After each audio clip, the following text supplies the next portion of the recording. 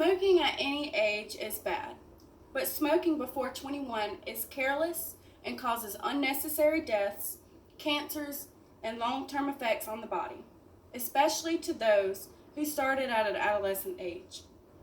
Smoking has always been bad for you, even before people knew it was unhealthy. So why is or was it okay to allow those who are 18 and older to smoke tobacco? Why give them the choice? Well, now, because of the Tobacco to 21 Act, we get to take away that choice for those young adults and teenagers that want to ruin their health by smoking. With the research that I discovered, over 5,600,000 youth aged 17 and under are suspected to die prematurely due to tobacco-related illnesses, rather being experimental smoking, smoking to be cool or to fit in, or just daily smoking. Before the Tobacco to 21 Act was made into law, over 2,000 youth would smoke their very first cigarette every day. That calculates out to be over 730,000 new smokers every year. Out of all these statistics I just named, why would you choose to be against tobacco being only sold to 21 and older? Do you really want these kids to start out being ignorant to the fact that it could very well kill them and that the statistics stack against them? Instead of blindly being against this law, stand up for these kids when they don't know that it could be what kills them.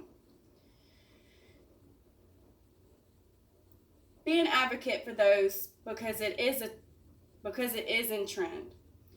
By the end of this speech, I hope you gain the knowledge of what illnesses can be caused from smoking, what chemicals are in tobacco your kids and friends are smoking, and how smoking, even at a young age, can end in premature death. Now, I would like to share with you how smoking under the legal age of 21 can cause illnesses to worsen or even appear. Let's say that you began smoking a pack a day at the ripe age of 17. The duration of how long you smoke tobacco causes the risk of illnesses and even death to rise tremendously. Chronic obstructive pulmonary disease, also known as COPD, is a disease directly tied to smoking and smoking tobacco at a young age or smoking more intensely. Studies showed connections between smoking tobacco and respiratory morbidity, including cough, production of film, shortness of breath, and lung function being reduced. For smokers, the growth of lung function ceases earlier, with lower maximal attained lung function, a briefer plateau phase, and an earlier decline in lung function. So, even though smoking is not a direct way of getting cancer, there are definite deficits caused by smoking, even at a young age. Another thing I would like you to understand are the chemicals that make up tobacco. Tobacco smoke consists of thousands of chemicals, including but not limited to at least 70 chemicals known to cause cancer. These chemicals known to cause cancer are called carcinogens. Some of the chemicals found in tobacco smoke include nicotine, which is the addictive chemical that allows you to keep doing the substance. There's formaldehyde, lead, arsenic, ammonia, carbon monoxide, and other chemicals I can't quite pronounce. Some of the chemicals are scary to even think about being inhaled. So why should we make it easier for children to start these awful habits and shorten their lives? Some of the chemicals I stated a minute ago are toxic metals. Others are poisonous gases, and even known cancer-causing chemicals. If that doesn't open up your thought process about how serious this is, then hopefully something else in this speech will do that justice. Lastly, I would like to share with you how smoking any form of tobacco can end in premature death. Tobacco use is the leading preventable cause of death in the United States, meaning you do not have to follow through with this. If you do risk this, then you are possibly taking 10 or so years off of your life. Almost 500,000 people have died because of the relating of smoking tobacco. That includes 300,000 men and 200,000 women who have died due to smoking. If you smoke tobacco, you risk possibly being one of those 500,000 every year. Some diseases a smoker may get that leads to possible death would be lung, heart, throat, and even gum disease.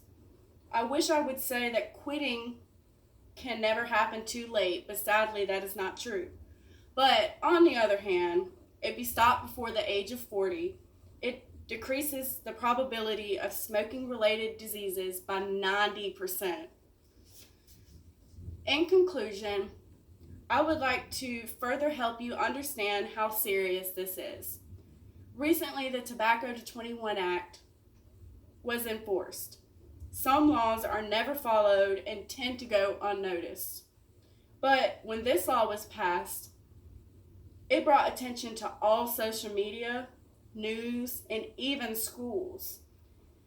In the town convenience stores, they put up signs on the outside, and they even put up signs on the inside saying, "We ID," or "You have to be 21 to buy any form of tobacco."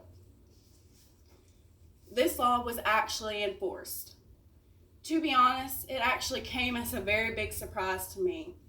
I was not expecting to see law enforcement, taking this issue seriously, especially in Mississippi. But I'm here to say that I have been proven wrong. Smoking is not something you can just pretend to be healthy. You cannot be ignorant to the fact of how unhealthy it is. We do not live in the 20th century anymore.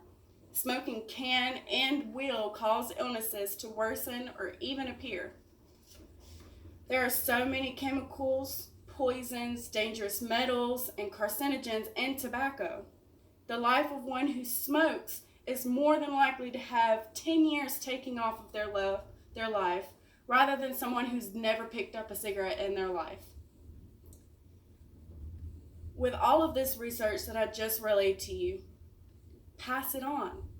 Share it with those who have been smoking way before this law has been passed. Make it known that it can take your life or make it sufferable. Remember how I said, if you haven't taken something from this speech by the end of this, well, please say you have.